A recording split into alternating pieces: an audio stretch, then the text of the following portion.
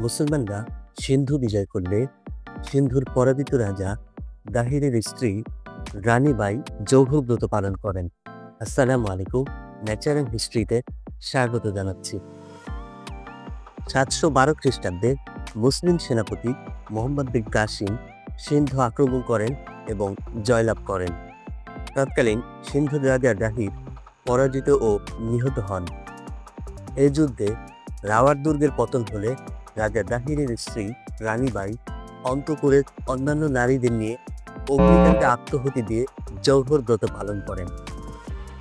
প্রাচীনকালে হিন্দু নারীরা, বিশেষ করে রাজপুত নারীরা, তাদের আত্মসম্মানের পরিচয় দিতে গিয়ে জৌহর ব্রত পালন করতেন। যখন রাজাদের মধ্যে যুদ্ধ হতো তখন হিন্দু রানীরা কৌশলে অগ্নিকাণ্ড প্রজ্বলন করতেন এবং যদি সে যুদ্ধে জয়লাভ করতেন তাহলে উল্লাস করতেন, আর পরাজিত হলে অগ্নিকাণ্ডে আত্মাহুতি দিয়ে এই জৌহর ব্রত পালন করতেন। রাজা দাহিরের 2 কন্যা ছিল, একজন সূর্য দেবী, অন্যজন পরিমল দেবী। মোহাম্মদ বিন কাসিম একটা সময় এই রাজকন্যাদ্বয়কে উমাইয়া খলিফা সুলাইমানের নিকট প্রেরণ করেন। কন্যাদ্বয় উমাইয়া রাজদরবারে গিয়ে খলিফা সুলাইমানের নিকট একটি অভিযোগ পেশ করেন। তা হলো মোহাম্মদ বিন কাসিম তাদের এখানে প্রেরণের পূর্বে শ্লীলতাহানি করেছেন।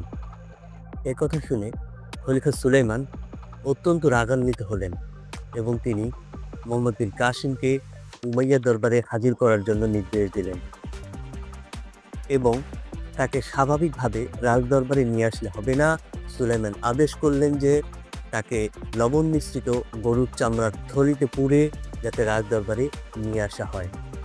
এভাবে 3 দিন অতিবাহিত হওয়ার পর মোহাম্মদ বিন কাসিম মৃত্যুবরণ করেন। মোহাম্মদ বিন কাসিমের মৃতদেহ খলিফা সুলাইমানের নিকট প্রেরণ করা হলে এই কন্যাদ্বয় অনুতপ্ত হলেন। তারা পুনরায় উমাইয়া খলিফা সুলাইমানের নিকট বললেন যে আমরা পিতৃ হত্যার প্রতিশোধ নেওয়ার জন্যই এমন ঘটনা বলেছিলাম, আসলে এই ঘটনা সম্পূর্ণ মিথ্যা ছিল। এই কথা শুনে খলিফা সুলাইমান মর্মাহত হলেন এবং এই রাজকন্যাদ্বয়কে ঘোড়ার লেজের সাথে বেঁধে আমৃত্যু টানার নির্দেশ দিলেন। ঐতিহাসিকদের মধ্যে এই ঘটনার ব্যাপারে মত পার্থক্য রয়েছে।